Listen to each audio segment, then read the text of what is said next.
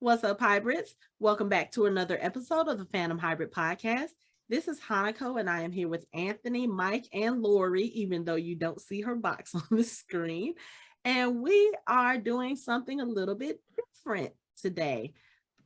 We have talked for like the last several months about wanting to talk about Arthurian Legends, just because a lot of the shows that we watch have either referenced it or it's based off an Arthurian legend.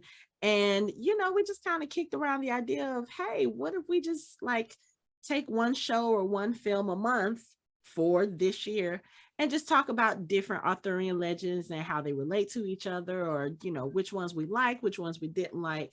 And yeah, that was the idea that we actually decided to stick with. So this is the first of our Arthurian Legends series, and we are going to talk about a show that is near and dear to our heart, whether we like the show or not, and that is Cursed. Cursed was a show that premiered on Netflix back in 2020. It only ran for one season, but it was one of the very first shows that we covered when we started this podcast. So we figured I'd go back and take a look at Cursed, and let's talk about what we liked and what we didn't like. And apparently it has not aged well for Anthony, because Anthony was like, I don't like it. Although I think he was just messing with Mike about it. So anyway. Just a little bit. Just a little bit. Just a little bit. Really? Did you go back and rewatch it, or is it just as you're remembering? You're just kind of like, oh, they could have did this better, or I didn't really like it. Well, earlier today I started watching the first episode just to see. Mm-hmm. I was like, oh God. And then I started skipping, and I started going through a bunch of different episodes. Mm-hmm. And I started remembering, and no. No. There are some good things, mm-hmm. but there are more bad things. Oh, for really? me. Okay. Yeah. Okay. The things that I didn't like kind of outweigh the things that I liked. Okay. Because I don't think we really went back and just talked about the whole thing, the whole series as a whole. Or no, maybe... because I think at the time that we finished the series, we didn't know, like we didn't find out for a long time that they weren't going to renew it for a second season. I think it was like maybe 6 or 7 months after the first season concluded that we finished talking about it, that we found out that it wasn't being renewed. So I think we probably were looking at it through maybe rose-colored glasses, because we were like, I mean, the way that it ended, we were like, oh, okay, they set it up for a good second season, blah, blah, blah. And yeah, we never got it. No. I'm still pissed about that. Doggone it. That's ridiculous. It had a lot of promise. Yeah, it actually got, I still love that show. It's like, I got a chance to kind of skim through the episodes, and I'm like, I still really like this show. I still really hate Father Carden. It's still really interesting how they did King Arthur, like making him kind of a thief / kind of miscreant. Mm-hmm. And I like how they did it through the eyes of Nimue, instead mm-hmm. of just doing it through Arthur going through whatever he's doing, or going through Merlin going through what he goes through. It's like it's another way to look at it, and that's mm-hmm. what's still really, really really interesting to me, and that's why I really liked it. Well, I liked the concept. Like the concept, I liked. Mm-hmm. The acting was decent, but the writing kind of suffered, and the special effects, I realized, were just not great. Well, I think we kind of said that when it aired too. Like, yeah. But then I started looking at the editing, but the writing though, some of the stuff, like just skipping around, I'm like, they really did that, and some of the geography didn't work, and I started paying attention to how they were getting around, and it was the more and more I thought about it, I just no. Really? You're being really specific right now, Anthony. I need you to look at the general picture, okay? I am looking at the general picture. And the general picture. You being real specific, being nitpicky about stuff. My rose-colored glasses have cracks in them. Obviously. I'm halfway between the two of you on this, because I went back and I looked a little bit. I got it on now, and it doesn't hold up as well if we hadn't watched Shadow and Bone. Okay. At the same time, I still love the world, the scenery, the idea of Nimue. It's halfway for me. Okay. I'm just glad that they didn't do it the way that when I first looked at it, I was like, did they make Arthur a girl? I was like, oh God, please tell me they didn't. I'm glad they didn't go that route, because I think it just would have been, it would have been kind of cheap. A different story. It would have been entirely different story, and I just don't think it would have held. I just don't think that would have been a good idea. But that's like, I really like the way they did it though. Yeah.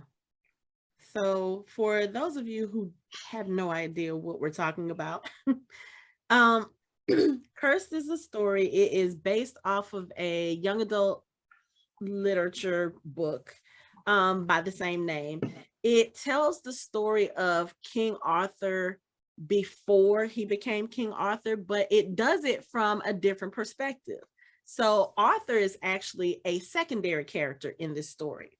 And the main character is Nimue, who I think in other Arthurian legends, I think she's like, she's been Merlin's daughter, she's been Merlin's lover in different iterations. And so we see the story from her point of view. And she's also Fae, which is a little bit different, because I don't remember too many other versions of any Arthurian legends that I've watched where they have that magical element with the main characters, except for Merlin. Merlin has always been a magician, and of varying degrees. Like in this one, when we first meet him, he doesn't even have his powers, and he has to go on this little journey to get his powers back and all this other stuff. But I think that was one of the things that drew me to the story, because like Mike said, when you look at the promos and when you look at the promotional posters and all of this, it does have a young woman as the center character. And I was like, okay, are they gonna gender bend like Arthur? Like that would be, to me, I feel like that will be weird. It works in other stories, but about King Arthur, I didn't think that would work.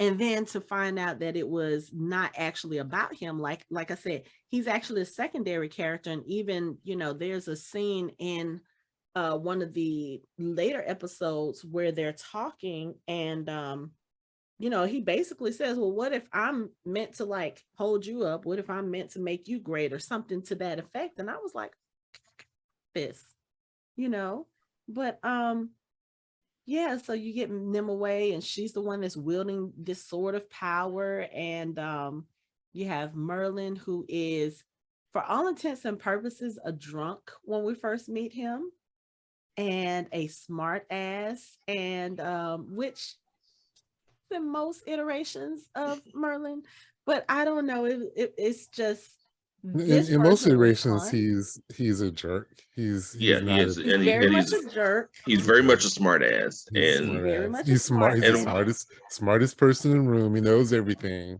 Even when he's definitely not the smartest person in the room, he acts like he's the smartest person in the room, and he somehow convinces the smartest person in the room that he's not the smartest person in the room. Yeah, but at the same time, for a lot of well, maybe not a lot of the show, but at least the first, like the second episode, maybe third episode, and kind of sprinkling, he is surrounded by some idiots, King Uther being one of them. Uther's dumb. Uther is a product of his upbringing. That's he is. And I forgot all about that until I started going back through my old show notes. And I was like, I was telling Anthony and Lori before you got on, Mike, I said, I feel like we probably needed another week to go back and rewatch stuff, because I'm going through my notes and I'm like, there is so much that I forgot about this show that was fun. Like, I remember how much we hated Sister Iris. She was a nun who was very jealous, and also I think it was almost even how much we hated Sister Iris and Father Cardin. Like it was almost neck to neck. Yeah. So in any of these types of stories, you always have the religious zealots who are trying to eradicate, kill, whatever a certain type of people. And this show was no different. We had Father Cardin and the Red Paladins, who were a religious cleansing group, I guess is the best way to put it. And their mission was to eliminate the Fae, because the Fae was I don't know, an abomination. They never really explained why. Not really. No, I think in the first episode we kind of get the gist, because when we meet Father Cardin, he's sitting there with one of the Fae, and the Fae is divided into different factions or groups in this. So you have like the moon Fae, and you have the forest, and just all these different types. And he's sitting there talking to a little boy. He's talking about how unnatural and how they are meant to cleanse the earth and blah blah blah. He touches the little boy's hand with a leaf, and the little boy starts to turn green, because that's kind of indicative of which branch or which tribe he's part of. And it was just from there on, like, he made it. I hated that scene. Oh my God. To burn villages and to kill Fae. And it was just one of those where you root to hate someone and you root for someone to die. And he was just one of those characters that we just all agreed that we hated. And the show did a good job of establishing that he's not to be liked. Like from the instant we meet him, we're like, the show is like, this is Father Cardin. You don't like him. You will not like him. So just go ahead and get your hate ready. Right. And I was like, fuck. Like right off the bat, just like he's just sitting there with little boys talking, and then he's like, yes, and some are ones, and then some are young, and then they snatch the boy up. I'm like, oh God, like really? Ugh. Yeah. That irritated the fuck out of me. I think when I was editing our Wheel of Time episode for the first, I think it was the second episode, we were talking about meeting the character of Valda, and we were like, yeah, he's like the Father Cardin of the show. So we like really hate this character. But there were other characters like we mentioned, Sister Iris. She was a nun who was working in the cell, or raised in the same convent as Morgana in this show. And she wants to be a disciple of the Red Paladins so bad, but the Red Paladins don't allow women. Of course they don't. But I mean, not that I'm mad because of who they are, but she's one of those people where she was so evil. She was like, oh, okay, this is my calling. This is what I'm supposed to do. And she spends the majority of the show going after Nimue. She kills her, she sets fire to the convent, kills her fellow sisters and the Mother Superior. And she was one of those characters where we were like, she is so fucking evil, but she was so young. That was the thing. We were like, we almost feel bad. Yeah. Because she's a young girl. Like, she has to be maybe 16, 17, somewhere around that. She was so freaking evil. But, like I said, the story is a coming of age story for Nimue, because, when she was a young girl, when she was around 5 years old, she was attacked by a demon possessed bear, and it left its mark on her. And she was basically shunned in her village. They bullied her. They called her evil. They said, was it confirmed it was a demon? I don't think it was a demon. I think it was just spirits. Well, that's what they called it. And I mean, the thing had red eyes. So I think it's just the easiest way to. I think that's what they kind of called it, but it wasn't necessarily a bad thing. Like, it was this, I forgot what they called it, but they were like, it was trying to gather magic. The hidden. That The Yeah, that the hidden, was hidden. that's that's what the it was. The The hidden. yeah, hidden. that's Yeah. what their magical source is here. And it's like one of those things where depending on how you look at it, she could have been chosen Yeah. So because I think the hidden chose her for a specific purpose. it did. And we Mhm. see that at the in the first episode, because they have a ceremony, because the what they call the summoner of the village had passed on, and they were looking for the hidden to choose a new summoner, and it chose Nimue. And Nimue is like, I don't want this. They don't even like me here. They don't want me here. They've never wanted me here. And she runs away. And when she runs away, this is where she meets up with Arthur.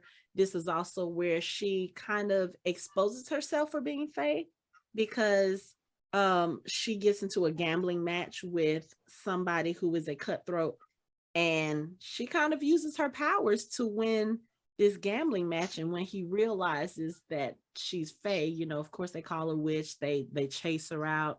And so this is how she kind of meets up with Arthur, and she spends time at this point running from the Red Paladins.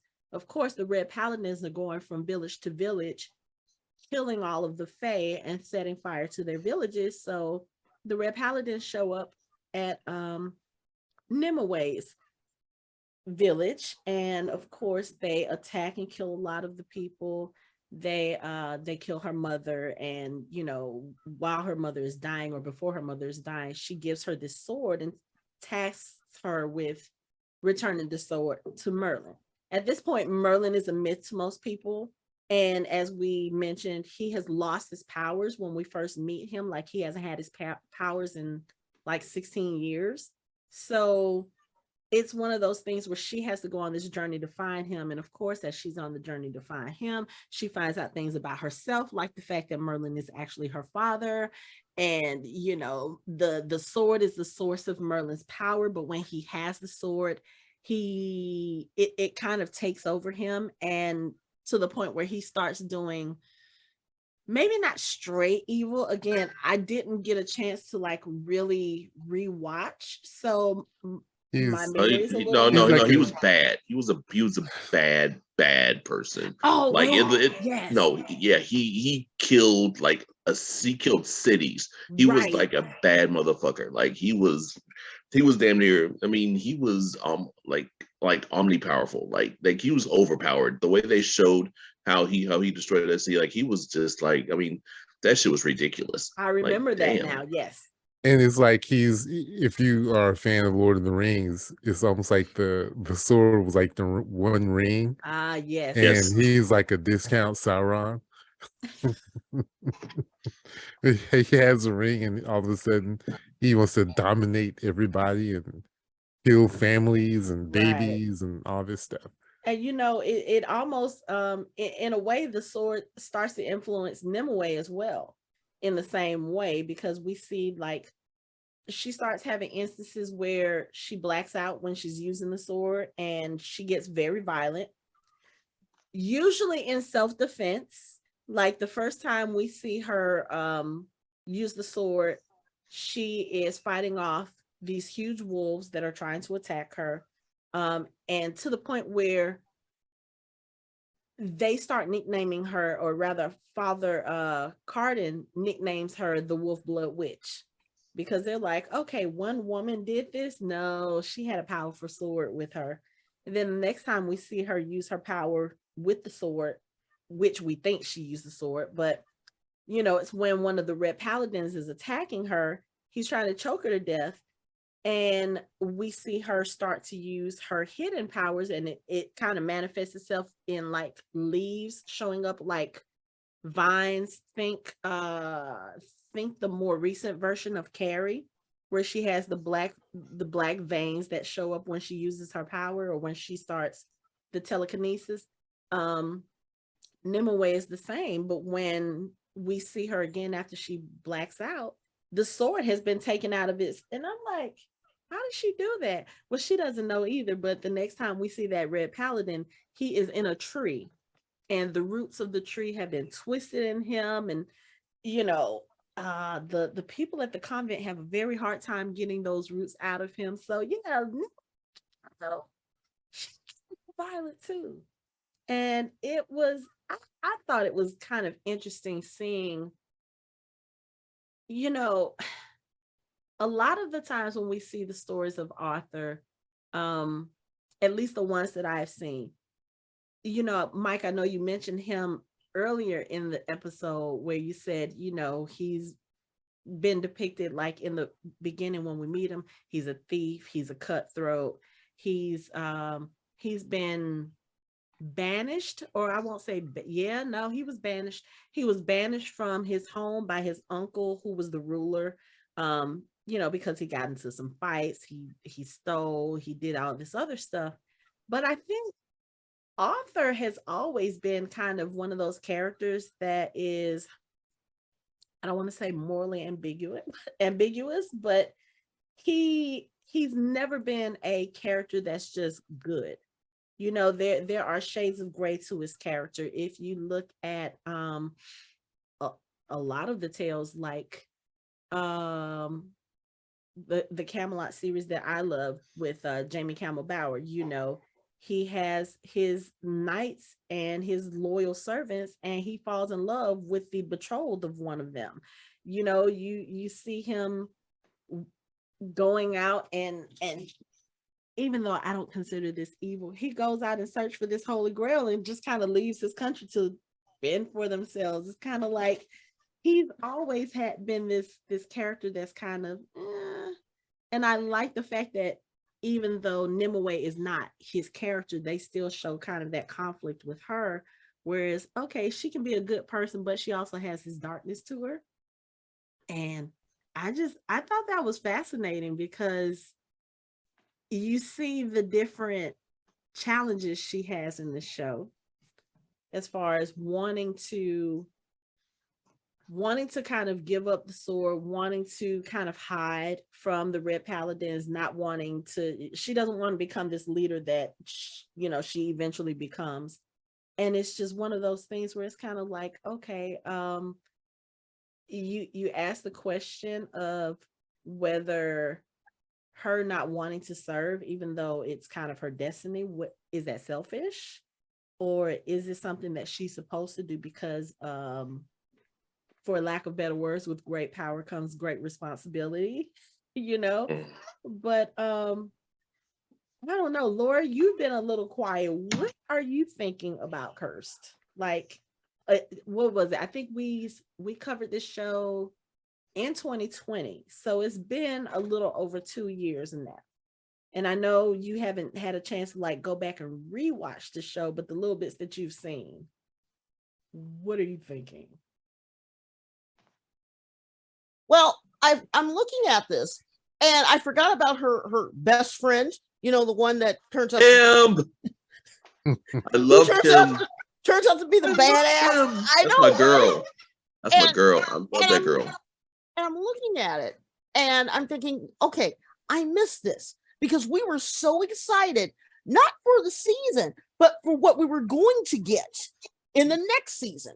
Mm-hmm. And right. See, this is the problem that you have with Netflix, because Netflix is sort of like their Fox all over again. They don't give shows enough time to get an audience. And I think that if this would have debuted a little bit later on in the pandemic, it might have had a better chance to come back, but it got canceled early on because this thing was so awesome. But at the same time, yes, there was a lot of problems. Yes, there was different things going on. But all in all, if you want all the tropes to hit, you want all the different types of Arthurian themes to hit, this was pretty much perfect, but it doesn't hold up at the same time because, like I said, if we had never seen Shadow and Bone, this probably would have been my ish. I can't agree with that it was almost perfect. I just can't, because you know there's some things that, like Lancelot being Fae and Percival, I was gonna get to that. Okay, Fae, okay. You know, I don't know. And like I keep thinking that we were gonna probably find out that the Sword of Power wasn't maybe Excalibur. because of his connection to Merlin, and we know that Excalibur is more or less connected to the Lady of the Lake. So maybe she comes up with her own sword. We'll never know. But I mean, you got to remember the way that the show ended was Nimue falling into the river. Yeah, but she still got. Well, we still got a long way to go before she is even that far. You know, to become a Lady of the Lake, because in some versions of the King Arthur tale, Nimue raised Lancelot after his father died. Now, maybe this show was going to take a little different take on it, since Father Cardin was his father and he's dead. So maybe now she's going to sort of, instead of being with Arthur, she's going to be with Lancelot in season 2. You know, maybe that was the plan with him and Percival. That would have been weird, though. I mean, so. But you see where I'm going with this? Like, they've already perverted the whole Arthurian thing, you know, which, like I said, I actually like the concept. It's just some things just a little strange, like what they did with Sir Gawain, right? Gawain, the Green Knight. You know, he's dead, but he's probably not dead. She really, he's also Fae. So, like, how many round table knights are going to be Fae and Arthur is not? Like, well, look at it like this. It's like that. Maybe this is a way to explain in the lore how the Knights of the Round Table could defeat everybody. We're like, well, okay, they were Fae, so they had a natural advantage. So, but I just want to say, I do remember us going to it's like the episode before last. You're like, you were like, they better not say that the Weeping Knight is Lancelot. He's like, you were like, they better not. And I remember you saying that, and I was like, oh shit. I was like, they're probably gonna say that shit. I see it now. It's gonna say it. But it's like I thought, but then it's like they bounced it because like they had the kind of cool reveal that Squirrel was Percival, where I was like, okay, I can kind of go along with that. But then he said, "What's your name?" I was like, "Oh shit." Yeah, I was like, that was fun. That was a fun reveal. Squirrel was one of our favorite characters, and awesome. After rewatching the first 2 episodes, I still say he's one of my favorite characters, and he's one of the reasons why I was pissed the show did not come back, because he had a smart ass mouth too. He did, but he was so brave. I mean, Squirrel probably was maybe 8, 9 in the show, and you have him being taken. You have him being taken hostage by the Weeping Monk, who is basically, he is this mysterious character who does most of Father Cardin's bidding when it comes to not only killing Fays, but he has this unnatural ability of being able to find them. And of course, later on in the show, like towards the end of the season, we find out that the Weeping Monk was actually Fae. And you know, there's a scene where after Nimue's village, which was also Squirrel's village, he was one of Nimue's little friends, and after their village was burned, he was waiting in the wood for Nimue, and the Weeping Monk actually catches him, and he's just sitting there, and Squirrel is just going off on him, hurling insults. He spits on him. He was like, yeah, they're gonna find you and blah blah. I mean, this little kid had some spunk. Yeah, he was one of my favorite parts of this show.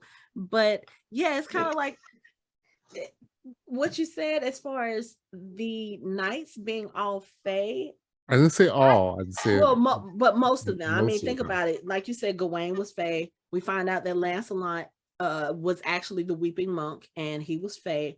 Squirrel was Percival. He was Fae. And it's just kind of like, I'm trying to think, there did we meet any others? No, because I think we thought that they would probably show up in the second season. Like Bedivere and I can't remember. Galahad. Galahad. Yeah. Some other ones. I can't think of the names right now. Right. But that it was interesting that they made them Fae, and then, like you said, Arthur is just this regular human, at least as far as we knew. You know, Yeah. he had And no the only thing I powers. could think of was that he would sort of combine the worlds, you know. And I And think that's the I think direction that's they where they were were going, going. because towards the end, he was actually the one that was trying to get the Fae to safety. He was trying to get them out of their lands and across the seas so that they would be safe. And And he runs into Guinevere. oh yes, He's like, you're right. yeah. So yeah, after he's already like hooked up with Nimue. But yeah, I just really wanted, I would just want to see how all this was gonna play out. You know, he's got this love affair with Nimue, and then the woman that he's eventually gonna marry, you know, and Guinevere, or maybe they would have had Guinevere hook up with Lancelot, and then somehow end up with Arthur, and then cheat on Arthur with Lancelot. Then how does Nimue fit in all this? This is all, I don't know. The more that's I why I think was like, about I it, feel like Nimue was gonna become the Lady of the Lake. yeah, she is, but Mhm. at some point she is. But you know, the charting these shows, they go like 6 seasons, maybe Mhm. 5 seasons. This one probably would have went 5, maybe 7. Right. Yeah, at some point, but between this point and her becoming Lady of the Lake, there's so many other things that you either sort of have to happen or you have to imply that happens. You know what I mean? Yeah. Because at some point Arthur has to become king, Mhm. and he's gonna marry. I mean, if you're gonna do Arthurian legend, or you're gonna do Arthurian tale, Arthur hooks up with Guinevere, period. Mhm. Right? That's, And then Guinevere has an affair and she has an with affair with Lancelot. Lancelot. This is how it goes, Right.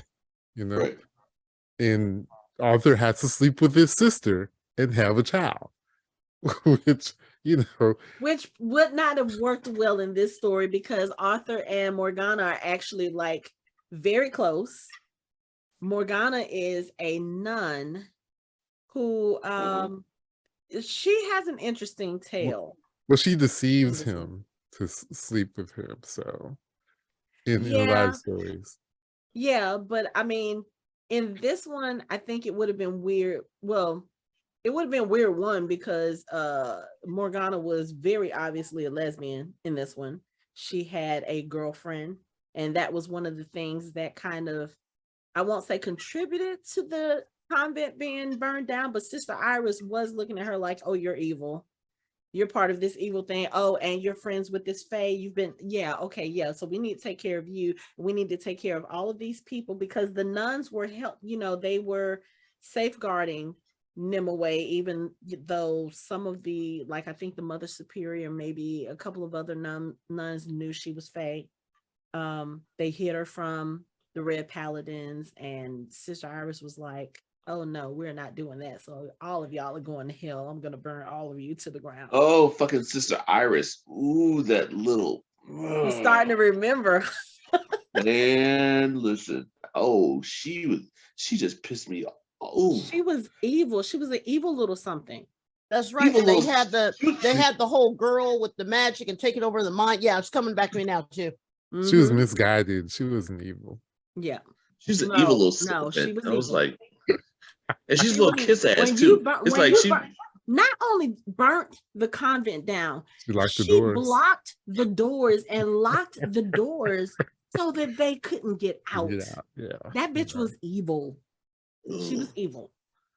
Man. But yeah, and then there was some Well, other. just because she had a relationship with the woman doesn't necessarily make her a lesbian. And also, we don't know what happens. Like, we wouldn't have known how becoming the daughter of death would have affected her Right. mental state anyway. You know what I mean? I'm so mad that we won't find this out. Like, I was really interested to see where this was gonna go. But she does have to deceive Arthur and have a baby with him. That baby grows up to fight him and kill him. So that's just how it goes. Yeah. That would have been interesting to see with this, but I don't know. I haven't read the book that the show is based on. I've been meaning to like pick it up and read it just to see if it goes any further. Um, but I don't think this one, I think it's only one book that I know of. So I don't know how far they may have planned to take this show. I don't know if I see it going 5 or 6 seasons. Like it may have done a second season, may have done maybe three. And of course they probably would have just kind of rushed the story along as far as Nimue becoming Lady in the Lake. But I still feel like it had the potential to be a great show. Like it was a fun show when we watched it. And of course, like you said, this was in the midst of the pandemic. Like we started this podcast September of 2020. I think the first time we talked about the show, I think Mike and I discussed it in like August because we were like, okay, well, we're going to watch this show and we're going to, do an episode because this was kind of what when we were trying to figure out what we were going to be as a show. And Mike and I tried to discuss the whole season in one episode, and we did a 2-hour recording. And when I went to edit it, I was like, we didn't even touch the surface of all of the stuff that was going on in the show, which is how we decided to start doing episodic episodes, just so we can kind of get into the meat and potatoes of, what's going on. But it had the potential to be a really, really great show. And unfortunately, I hate to say it, several shows that have to do with like these types of tales or whatever, I feel like they weren't given a chance. Again, I'm going to mention Camelot because we will be talking about that show if I have anything to say about it. That was one of the shows I absolutely loved. And I was like, oh, I'm so excited. They need to do a second season. And then of course they canceled it. And I'm just like, give the shows a chance. I can understand if the show was horrible and your numbers were horrible. But if you see that people have an interest about it, if people are talking about it, yeah, it may not be a Game of Thrones or it may not be The Last of Us or anything like that. But if the interest is there, give the show a chance to find its footing. Sometimes you can't do that with just one season. There are a lot of shows that have ended after one season that were great shows and had the potential to be even better, but I don't know. I just, this one is nostalgic for me. I think more so because, like I said, this was kind of one of our starting points as a podcast, and we had a lot of fun discussing this. Like we had a lot of fun discussing it, but it is interesting going back and revisiting it after some time has passed to see whether or not it holds up to the way that we liked it at first. And that's not just with this show. I've found that with a lot of shows, like there's some shows that I watch and when I go back, I have a different perspective on it, whether it's a good perspective or a bad perspective, like, oh, this show really wasn't as great as I thought it was, or maybe the show wasn't as bad as I thought it was. It happens every once in a while. I still like what I remember about this show, but yeah, I'm kind of bummed that we didn't get a second season. I do appreciate the Arthurian stuff because we can never have too much. Like the spreadsheet, I'm sitting there, I'm entering the ones that I like, and then I found all the ones that I don't like.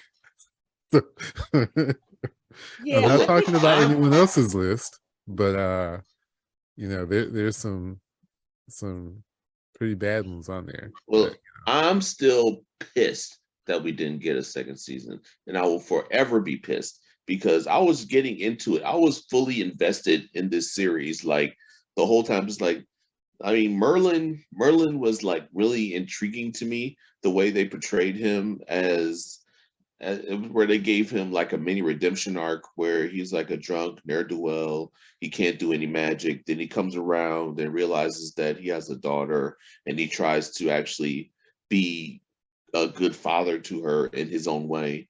And then it's like you go back and you see where he came from. Like he was actually a bad person, and he actually came back from that.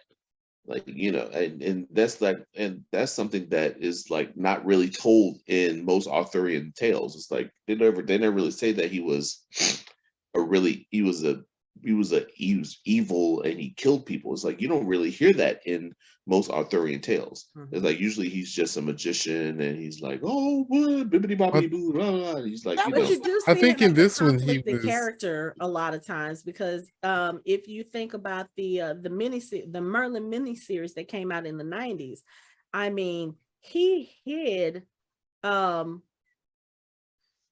did my mind just go blank? But basically, he used the spell to disguise someone to be Egwene's husband so that he could bed her. And I was like, wait, so this is horrible. that was Arthur. there's a That was difference Arthur, between wasn't it? That was Arthur. He did that too, wasn't? but there's a difference between helping somebody commit adultery and killing people. Yeah. And Well, the thing, usually he's like he starts off like this one. They just take it to an extreme. He starts off as good with good intentions, and it gets perverted somehow. And the things to him, they're not necessarily bad. They're just, a means to an end. Right. Here, I think this one, if I'm not mistaken, something happened and the Fae got upset, so they attacked Rome. It was something weird, but he wasn't. He just got corrupted. He didn't start off as evil. He just he turned Right, evil, but then realized he was evil and tried to stop it. well, it was like he was forced to. I mean, there's several fantasy novels that they where they take the mage that is either lawful good, neutral good, and they slowly or forcefully turn them into being bad. And that's exactly what they did. They used that trope where his back was up against the wall. He had to do something and it was a bad, and he just never got back from the path. But the thing that I found, and I forgot about this, which was interesting, is that this series did something that a lot of them don't. It really did not focus on Arthur at all. I mean, we got Arthur, but you've got Nimue, you've got Merlin, you've got everyone else, and it was a very interesting take because I think that this is something that we hadn't seen before or very rarely. And like they're showing the kid, like the little kid with the elf the kid that she saves. And remember, they went back, and they went back into the cave with the people, and she's declaring herself to be, basically the queen of all. I mean, it was a very interesting take with everything that they did. And again, I'm sad that we didn't get another season, but if would I just randomly throw this on the background while I'm doing something? Yeah, probably. Would I get through all of it? I would probably get through most of it. Then I remember it was canceled and I might go to something else. But yeah, I would definitely rewatch this. Yeah. But I think my point was that it's still kind of a different, like this whole curse, the whole show is basically gives you a different story about most of the characters in Arthurian Legends. Like Arthur wasn't black in Arthurian Legend, but he's black here. Neither was Morgana. She's black here. That was the other thing I was going to mention. This was one of the first shows, I think, in this new wave of fantasy shows that had a diversified cast. Right. I mean, it's like, and I can appreciate that. It's like, and like Lancelot being a Fae and like killing other Fae. It's like that wasn't in most Arthurian legends either. It's like it's just a different way of telling it, and I really appreciated that, just because it's not the same thing. It's not like you're sitting there like, okay, King Arthur gets the sword, he's a king, okay. Okay, he dies. Merlin helps him. Okay, Morgana's evil. She's good for, okay, yeah. But it's like, it's different. It felt like a different telling of the Arthurian legend. It felt fresher to me. It's like, it's other than just telling the story again. It's just like, it's kind of like with Merlin was telling the story again, but the characters were younger. They weren't like older, like in their like older as far as being where they were in life. They were young, like they were almost teenagers basically in the TV series Merlin. But this is kind of the same way to me. It's like it's basically it's basically an origin story. It's a prequel to the other Arthurian tales. Yeah. I think one of the things that I really wanted to see in the second season, like y'all mentioned, we didn't see a lot of Arthur in this one because this wasn't his story. It was Nimue's story. But you did see a little bit of Arthur maybe being on the path to who he would become.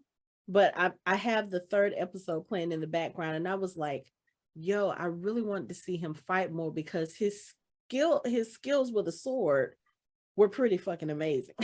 And I was like, oh, that would have been interesting to see. But also, we never got the weeping monk and Arthur fighting. I think we got it briefly. Yeah. Briefly. Right. But I mean, there were so many good things about this that I did like. We got introduced to another Skarsgård for most of us, because I don't think Gustav Skarsgård had done a lot here. Not that I know, like this was the first thing that I remember seeing him prominently in. And then I think after Cursed is when he started doing Vikings. And no, I think Vikings was first. Then Vikings was first. Vikings was first. He was in at least 4 seasons of Vikings before this came out. There was a long pause in Vikings. You're right. I'm sorry. There was a 2-year pause between filming of the seasons of Vikings, but he was very I'm sorry. prominent. I'm looking on IMDb, and for some reason Vikings is like further up, but I see, Vikings is 2013. But so I know a lot of people know him from that, but I hadn't watched that show. So this was the first time I had really gotten to see him. And I was like, oh, okay, so that family is just talented all around. Like every single one of them. But the character that he's playing here, I think is a better character for him, because in Vikings, he was sort of constrained with being Floki and being the boat and ship maker and all that. But in this, it really gives him a really good range. It kind of, I hate to say this, it kind of makes him a better actor than Alexander, who, just brother in True Blood, so at least that's my opinion. And also it's like, but this was the time when the Skarsgårds were really coming into their own. Like this is when Bill was coming out of Hemlock Grove and getting into Pennywise. Mm-hmm. And the father was in Mamma Mia, been all over the place for years. So. Yeah, exactly. So it's like, so this is like right in the Skarsgård, like in the realm of Skarsgård domination, as it were, as far as TV and being on Netflix. Like, I mean, they were freaking everywhere on Netflix. Mm-hmm. It's almost like they owned stock in it. Like they were majority stockholders. They were like, yeah, just put my show on. Is it good? It's my show. Just put it on. I got stock. Yeah. I don't know. Like I said, this is one of those shows where it would have been nice to see where they were going to go with it. But I guess all we can do is speculate now or read the book, which I probably will end up doing, just because I want to see if there was more, but there were certain things I really did like about it. Again, Nimue being the main character instead of, the tale focusing on this man as it always does. I like the Fae aspect of it. That was interesting. The reveals of Lancelot and Percival were, I think by the end, it wasn't really as shocking, because I think both you and Anthony, Mike, I think both of y'all kind of started speculating that that's who it would be. I know Anthony was the one who was really like spot on, like, yeah, the Wimpy Monk, he's gonna be Lancelot. I gotta give Anthony that theory. I can't take credit for that theory. I gotta give it to Anthony. Yeah, that was back when Anthony was really still doing theory. The Anthony no longer exists. That was a different. No, you already said you're back, so you can't undo. I don't know what you're talking about. We got it on tape. It doesn't matter. We got it on tape. Maybe just a little bit, but yeah, I think there's so many good Arthurian legend tales out there. Like we actually have a spreadsheet going because we're trying to figure out. So the plan is to discuss one per month. Just because there's so many out there, and we were trying to figure out how we were going to narrow this down. So we actually have a list of potential discussion topics. And I think everybody's done like 4 or 5, just kind of throwing some out there, and then we'll decide which ones we're going to do. But also for those of you who are listening, if this is something you're interested in, want to hear our take on something, kind of let us know in the comments wherever you're listening to this to, whether it's Spotify or YouTube or on our Facebook page. Let us know what you want to hear us discuss. Some of the suggestions, like I have the 98 version of Merlin, which was I think back then it was like a 6-part miniseries. So I have that one. Of course, Camelot, because everybody who listens to this knows I'm a huge Jamie Campbell Bower fan. I have Monty Python and the Holy Grail, The Sword and the Stone, the Disney version, and the Green Knight. I love that. We got to talk about that might be my favorite one. Which one?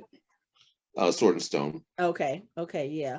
Anthony has Excalibur. He has the 2004 version of King Arthur with Clive Owen, The Last Legion, and The Mist of Avalon, which technically speaking is an Arthurian tale, but it focuses on the women in Arthur's life. And then Mike has A Knight's Tale. He has King Arthur, the version with Charlie Hunnam in it. First Knight, Shrek. Did you really put Shrek the Third? It's Arthurian. I am not a big Shrek fan, but it is. I'm not either, but watch it. Maybe I'll rewatch it and it'll change.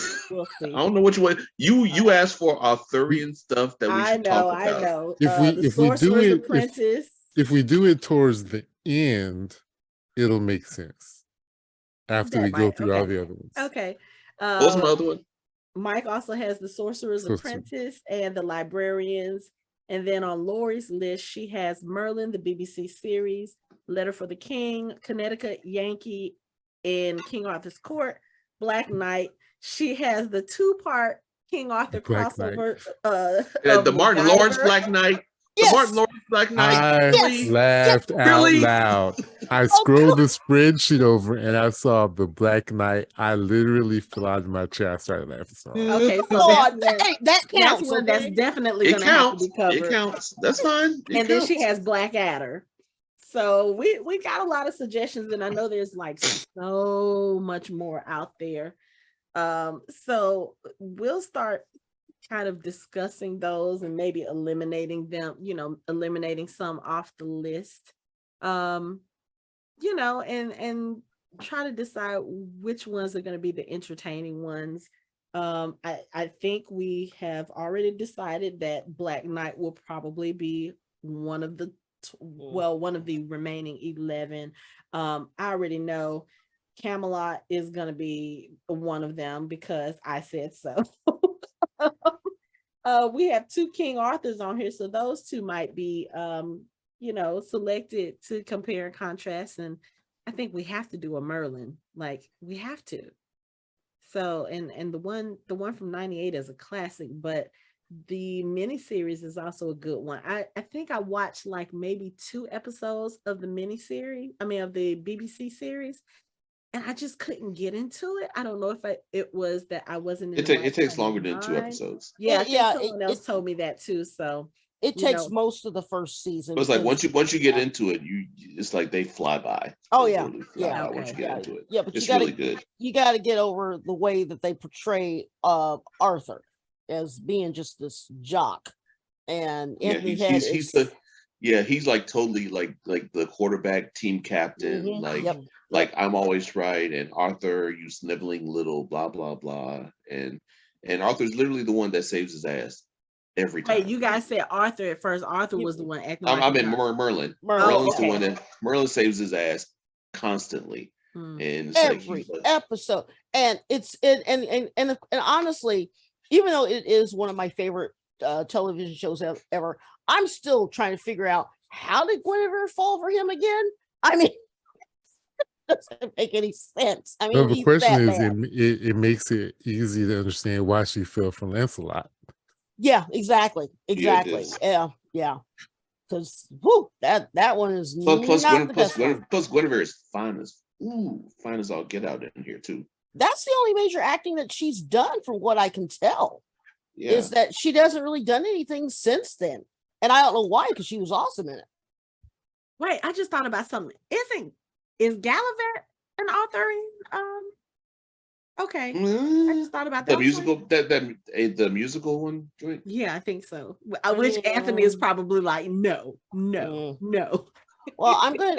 Yes, I'm it going, is. Yes, Oh, it geez. is. I'm going to. Unfortunately, it is. I'm going to advocate. I know you kind of went over it kind of quick, but I am going to advocate that if you want just some good old fashioned fun, the 2-parter that MacGyver did in the back in the day, he gets hit on the head and he wakes up in King Arthur time in Camelot, and it's a 2-parter, and they were high the entire time they filmed and wrote these 2 episodes. The cool thing about what I like about Arthurian things is that it basically is the foundation of what fantasy is. Mm-hmm. You know, when you talk about the search for the Holy Grail and the Knights of the Round Table is literally this orphan who has a magic sword who goes on the quest to find a magic item. And that's like everything that you read that's fantasy basically falls in that category. Like Star Wars, I can make an argument that Star Wars is Arthurian. You know, it 100% is. It 100% all over the place. I've heard that 100%. before. Yeah. Almost all fantasy is Arthurian, just by the way it's written, just by the what it entails. Yeah, they're parallels in everything. I mean, that's why I put a Knight's Tale. Knight's Tale really doesn't have anything to do with King Arthur, but when you look at it, it is Arthurian in how the story is told. I mean, I literally started to put Star Wars, Harry Potter. That's it. Well. No, let me stop. But you know, I mean, but I'm saying we could do an episode about the links to Arthurian lore and our favorite sci-fi fantasy titles. Yeah. I mean, we could do an episode on that. That would be cool. And just draw parallels. Yeah. And the other thing, because I have 2 on my list, is the popular one where you go to sleep, you get hit on the head, and you wake up and you're in a different time and place and you're in Camelot. That's with Black Knight. That's with the MacGyver episodes. Those are also a lot of fun because it gives you I actually have 3 because I've got a Connecticut Yankee and King Arthur's Court. So I guess that's my favorite theme for King Arthur's at. We're gonna end up doing Black Knight, aren't we? Son of a bitch. I mean, the way that y'all react, I don't think I've seen Black Knight. Oh, you need to see it. The way that y'all reacted to it, I'm like, okay, that's definitely gonna be one. Because the way y'all are looking at me now, you're like, Anthony's like, no. Picture it. Okay, wait. Camelot and Martin Lawrence. Come on, it was the best thing ever. Okay? No. Hey, no. We have to do it. We have to do it now. Remember he had that green jersey? Forgot about that one. We have to do it now. It was the best thing ever. Lori. Yeah. Lori, is Connecticut Yankee and King Arthur's Court the one with Thomas Ian Nicholas in it? I'm talking about the Mark Twain. There's several iterations. You could just pick one, but Thomas Ian Nicholas was in a version of it. Yeah, he was. Yeah. Okay. Yeah. I was thinking more along the lines of the old it's Technicolor, the old I think they did one in the 50s that was pretty good. But that one, I forgot about that one too. But yeah. So yeah, that one. I guess I know which one you're talking about, Lori. Yeah. Okay. Yeah. So we have plenty to choose from. And just because you said no, Anthony, we are gonna do oh, jeez. What if I say no too? I could support Anthony on this one. I just think it would be I just think it would be funny to look at it from a different point of view, a different genre, and a different I think that would be fun. I guess I'm not opposed to it. I mean, we don't have to like them all. I mean, we can sit here and watch it and roast it. I mean, that's fine. It'll make for a very interesting and humorous episode. It's prime Martin Lawrence at his campiest. I mean, we're talking big head, everything. This is perfect. Oh yeah, when he does dance to the music like with a friggin' string band, is like with a medieval band, it's like, oh god, it's cringy, but it's actually kind of cool. But I think that is definitely going to be one of the ones that we do. We'll probably put that towards the end, kind of with Shrek the Third. Actually, I don't think I've ever seen Shrek the Third, so I'm actually looking forward to that one. I haven't either, because I sat through the first one, and the second one I was just like, why am I watching this again? The second one was one of the best ones. I'll take your word for it. Oh my god. With the fairy godmother? Come on now. I just wasn't a fan. Well, see, that threw out another side thing, and I had to rein myself in when I was putting my list together, because, like I said, the Mark is like the unofficial suggester of things, and he was like, "Well, what about Once Upon a Time?" I'm going, "That's not strictly King Arthur." I said, "That's fairy tale. It's completely different." But they had a significant amount. They did. Yes. Right. And I mean, if we can do 2 episodes of MacGyver, we can do Once Upon a Time. This is true. This is true. Oh goodness, Mike, I'm looking at Pam. I sat there when look, man. She rewatched the first 2 episodes. That was the thing I remembered. I remember Mike saying, "I fucking love Pam." Like, it was awesome. I mean, she went from being like the little timid best friend to being a damn doctor with the red spear. Mm-hmm. I mean, almost the pirate queen. I mean, she was there, you know. Right. She was in the midst of that. We could have just seen an entire spin-off series with just her, you know. I mean, I would have loved it. I would have been all about it. That would have been love awesome. her. She basically stole every scene that she was. Her and Squirrel, like I would watch a whole thing with her and Squirrel just getting in trouble and getting out of trouble. Yeah. For awesome. every Pym in that series, there was a Fisher King, which just someone just. Oh my god! He was so fucking creepy. Irrelevant to the story. Who's totally irrelevant, just thrown in as just some, nod to something. Just try to make it. That was one of the things they had about the writing. It's like sometimes they just put things in just to have them in there, and it's like, but it made no significant improvement to the story, right? At all. Like, why even have the Fisher King in it if you aren't really going to do anything with it? Yeah. Probably just to creep people out and and to just add an antagonist. Basically it was just to add an antagonist. Basically, that's all it was. It's just, let's have someone. Let's make him an assassin. Let's put him in 2 episodes and kill him off quick. That's basically all he did. He's an accomplished assassin. He couldn't even kill Merlin, right? Like, you hit the man dead in the chest with an arrow and he kills you. But I mean, it's Merlin. So no. A depowered Merlin. No. Well, a poison arrow at that.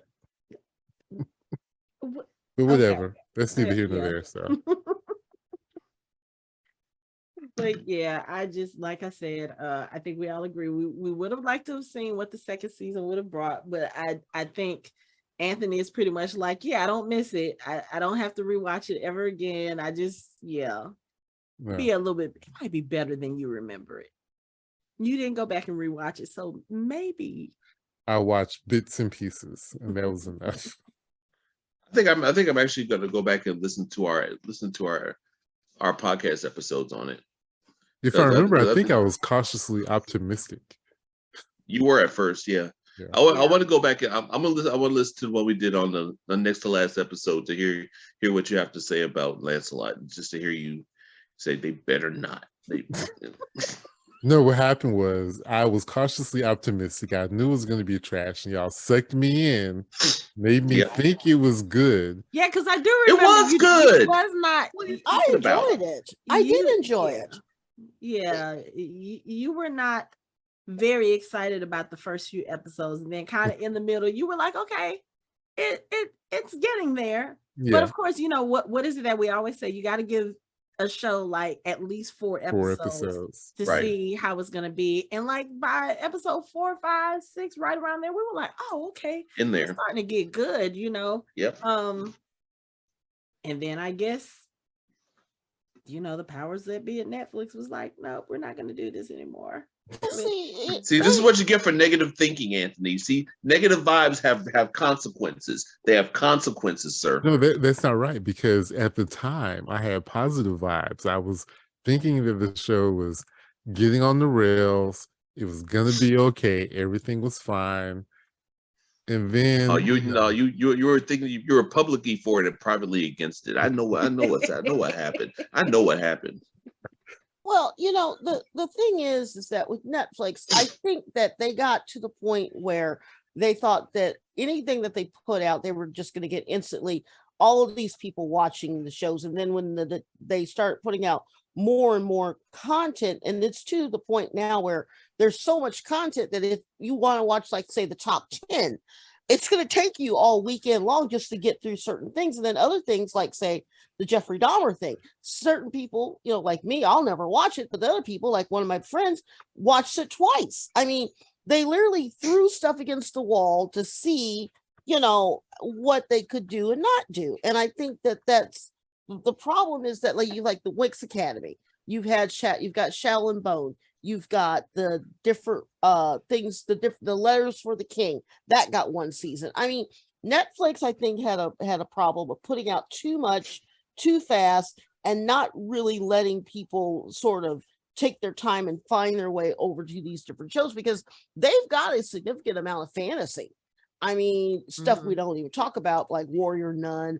What was that really cool one? The Wu Assassins. I mean, they have a lot of fantasy. They really do, but none of it lasts. But I think this was also too, I think this was also too, like, right at the beginning or right before Netflix started putting, like, Netflix right now is one of the biggest, like, they have one of the biggest catalogs of original programming. Right. And a lot of their stuff is good, but I think maybe this came in like right before. I think you're right. That wave, you know, everybody was still doing, and you know, this may have had something to do with them being canceled too. Again, this came out the summer that the pandemic started. That's what I was going to say. Yeah. So you still had a lot of productions who by November were not recorded or were not filming, and were, you know, if they were filming, they were filming with very skeletal crews. You know, you still had limits on how many people could be on set. So I believe this show may have been, you know, just kind of falling victim to that as well, because I think that's a real big part of it. We didn't know what was going to happen. This is true. I think like this and the October Faction were 2 shows that really got hit hard, by the pandemic. Like, they kind of just got cut and set by the wayside because they kind of had to shore down what they were doing. So I'm kind of mad because October Faction was fire. I love it. It was good. It was good, but they also did that to some of the CW, like help me. Oh geez, I had it. It went out the window. Supergirl. Supergirl got a really truncated season, the last season, and you could definitely tell from that last episode, the last 2 episodes, that they literally were in the middle of COVID and they literally had to rush to get everything done. I mean, you could tell, you know, but now that we're, you know, 2.5, 3 years, you know, past the initial stages, I almost want to say, if I was in charge of Netflix, I would say, okay, guys, we're finally, you know, everyone's quote unquote back outside. We're trying to get things back to normal. How about this? How about we hold a contest for, like, say, the month of February? Whatever show, 2-3 shows are the top ranking shows that get the most viewers. Maybe we can talk to the people, and if they're not employed elsewhere, maybe we can give them a finale season. I mean, that would be kind of cool to do, you know, for shows. Well, it's a cool concept, but at the same time, it's kind of like for this show, for Cursed, I don't know if it will work because, one, you've been now almost 3 years removed from the characters. Yeah. And you know, especially if you've gone and you've done other projects, for some people, it's hard to come back to those types of characters, which, you know, we see it does happen. Sometimes it happens in a good way, sometimes not so good. It's kind of like, you could have just left that the way it was. So and whatever momentum they had is gone. yeah.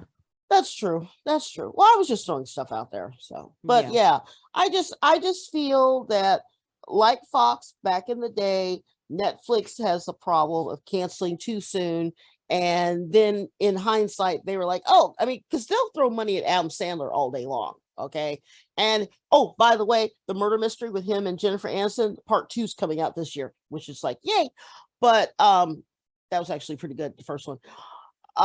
They're very funny, and as far as fantasy cross, you know, King Arthur Legends, I mean, there's been stuff that I've seen that I know has been you know, basically inspired by it. Wheel of Time, you know, you could tell that it's one of our favorite things, and I'm kind of glad that we're doing these shows, because, you know, except, you know, the sad thing is that my favorite book of the whole thing is Mist of Avalon, but because of the writer's personal history, I'm sad that we can't delve into it, because if anyone really took some of the ideas and just explored it, it was her.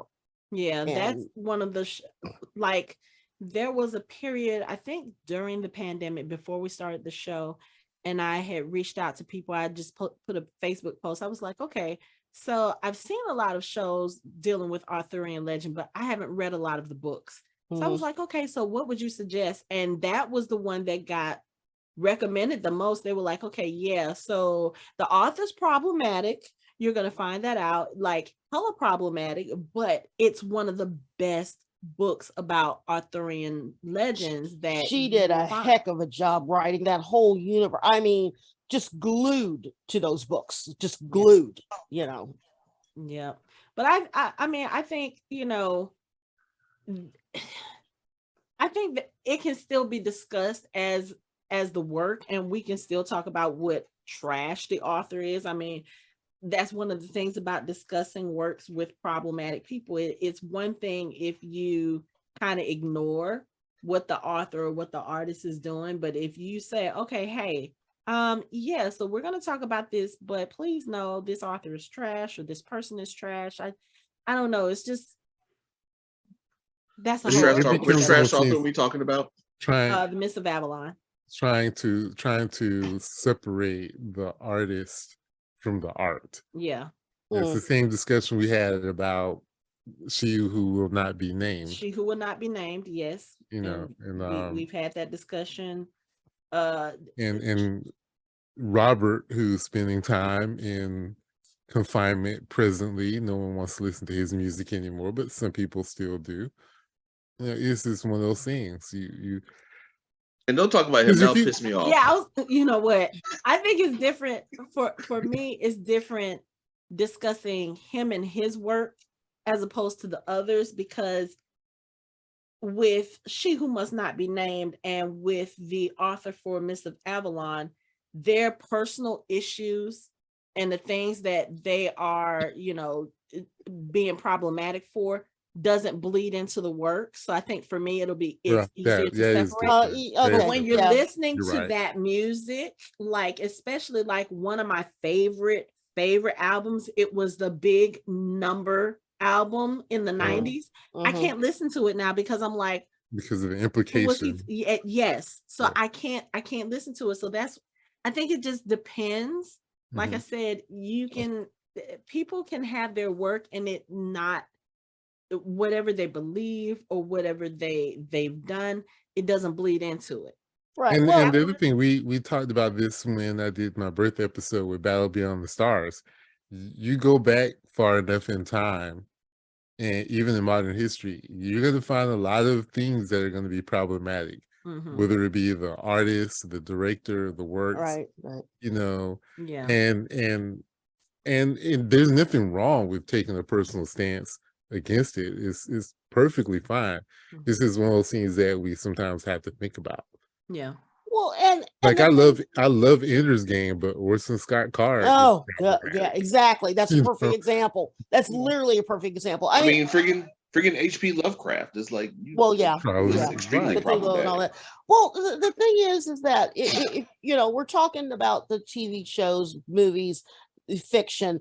I mean, the offshoot of just the art that we're talking about with Mist of Avalon, her influence on just Mercedes Lackey, who's one of my favorite writers. Just the whole Valdemar series, the Heralds, the offshoot series, the Owl Flight, the whole things with the Paladins and the Uther in the Tower. It's just the Mage Wars. I mean, you can clearly see a direct influence between the writing of Mist of Avalon and Misty Lackey's world building that she did for Valdemar. It's just a direct line. I mean, even the new series, which they're doing the history of Valdemar, it just, you could tell that it's hits all the tropes for King Arthur. I mean, I can even go as far as say that some of the things that are in John Scalzi's work with the last Emperor series, the Emperor Knox series that he just did. I mean, it's all over the place because the influence. What's the one I hate? Shannara. That even that has elements of it. You know, I mean, it's. I think the only one, and I'm probably going to take a hit for this, I think the only one that doesn't really have a Lord of the Rings type of a theme would be Lord of the Rings. Or am I wrong? What? I mean, I get what you're saying. do you see what I'm saying? That's what you're saying. Yeah. I didn't say it well. Sorry. That's okay. Yeah, but anyway, we getting off that tangent. Yeah, we're gonna sit here and discuss which shows, films, we're gonna discuss over the next 11 months. Again, if you are listening and you have some suggestions, what Arthurian legends are your favorite tales, and what would you like to hear us discuss? And there may be a couple of months where maybe we won't focus on just one. Maybe we'll take two. Like I said, there are two King authors on the list. And maybe we'll just watch those and kind of compare, contrast, just to see how different or how similar they are. But either way it goes, we're just going to have fun talking about Arthurian legends. There's a lot of content out there, so we got to figure out a way to narrow it down to 11, but I don't think we'll have too much of a problem doing that. We'll see. We'll see how it goes. But I think that is going to be it for our discussion of Curse. Like I said, it was a fun show and it's nostalgic for us because it was one of our first. And yeah, it would have been nice to see what they could do with the second season, but unfortunately we won't get that. So got to move along to the next one. We know that Arthurian Legends, media is not anything that's going to be lacking anytime soon. We've got lots to choose from, and there's probably some projects coming up, so we'll kind of see how that goes, and like I said, we'll discuss which ones we want to talk about next. But for now, that is it for our show. You can find us online at www.fandomhybrid.com. We are on social media on Facebook, Instagram, and Twitter at Fandom Hybrid. You can chat with us on our Discord channel. You can watch us on our YouTube channel, and you can listen to us on all major podcast streaming platforms. Thanks for listening. We hope you join the conversation next time.